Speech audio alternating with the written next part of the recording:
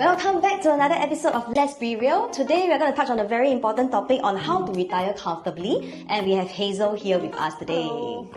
So today we are going to explore this question. Do you want to hold your 600,000 HDB until you retire? Or do you want to build your property portfolio to a value that you can retire more comfortably in the future? Yes, so stay tuned with us to the end because we'll be giving you a breakdown of how we can retire comfortably, let's say based on like if you own a property of 600,000, $1.5 million or $3 million property. Okay, Brina, let's say your home now or your HDB now is worth 600,000. Yeah. And then imagine now you're 65 years old already. So what do you think is next for you? Well, I think if it's for me, of course, downsize, and I think it will be similar for most Singaporean. Like let's say usually when you grow your portfolio, by the time you're 65, like yourself, you own like for example a 2-story property, you probably don't want to keep climbing up and down. Yes. You want to sell, downsize. So similarly, that's what I would do, and probably into a HDB 3-room, 500,000, that sort of property. I think that sounds like a plan because I think when you're old, you also don't want too big a house because cleaning and all is very tiring, right? So let's say if we go with your plan of downgrading to a 3-room HDB at 400,000, so that will leave you with around 200,000. Yes. We take from 600,000. So if we say your HDB need a bit of reno here and there, right? We take around 50,000 for reno.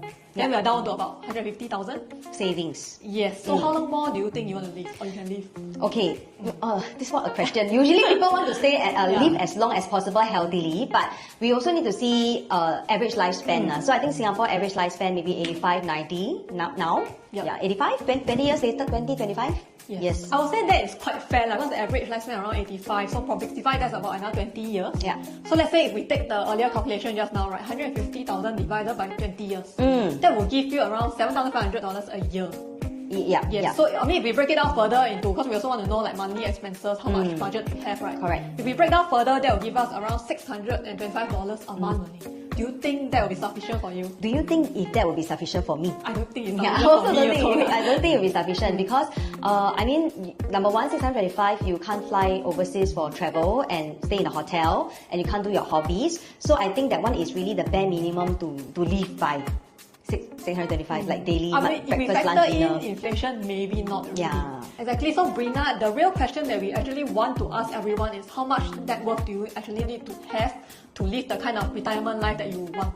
Exactly. So today we are going to touch on this word called value, not so much of profit, because every house when you sell, you earn different kind of profit. It's very unpredictable. Today you earn this amount, 5 years later, 10 years later, 15 years later, it's all different. So we focus on the word called value of the property. Yeah, I think it also depends on what kind of property you're holding now. So. Yeah.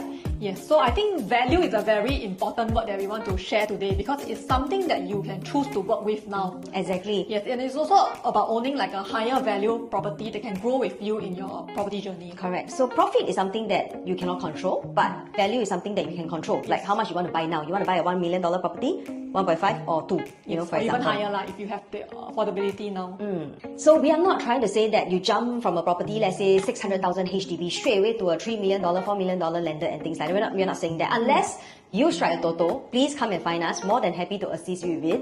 Yes, I mean if you strike a total good you can straight away go for the value that you can retire comfortably in future But of course with all seriousness, right, I think it's about doing all this step by step all the upgrading step by step. So let's say if you start with a 600k HDB, how can you take the next step to a $1 million private property and so on 1.5, 2 million, and then you slowly work your way up. I think it's more acceptable and comfortable for most people. So if you do this every 3 to 5 year cycle, right, then you will actually based on your affordability and of course the market timing, then I think you will eventually reach your journey or your goal or the value that you want to actually have a comfortable retirement. So here's the breakdown that we mentioned earlier on to show you the difference between 600,000 if you own a $600,000 property, $1.5 million property, and $3 million property, and what's the difference when you retire.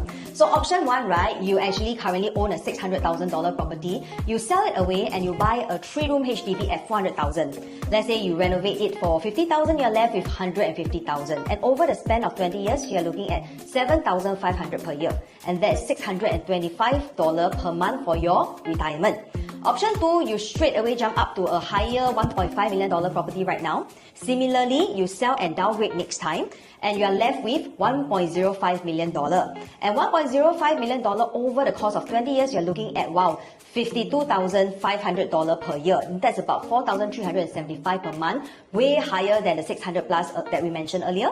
And option 3, you buy into a $3 million property right now. Similarly, sell and downgrade to a HDB 3-room at $400,000. You are left with $2.55 million. And over the course of 20 years, $127,000 per year, and that's about $10,625 per month. And may I just add that you are actually earning more than a lot of the monthly salaried worker.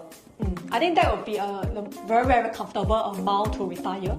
So what you can do now is to quickly screenshot this, and then of course you can reach out to us. Then we can work together, to plan the numbers based on your current portfolio profile, and things like that. Yeah. So we understand that this journey is daunting. It's not the most comfortable as compared to staying in the one place and not move ever, right? Because this requires you to move every 3 to 5 years and things like that. But what if I tell you that this comfort today will actually give you a more comfortable lifestyle next time? Yes, I think it's important that we start early in your property journey, and of course we have to plan smart. Correct. And of course, if you ever need help, we are always here to help. Do reach out to us, and we can work on this together. Yeah, so see you next time. Bye. Bye.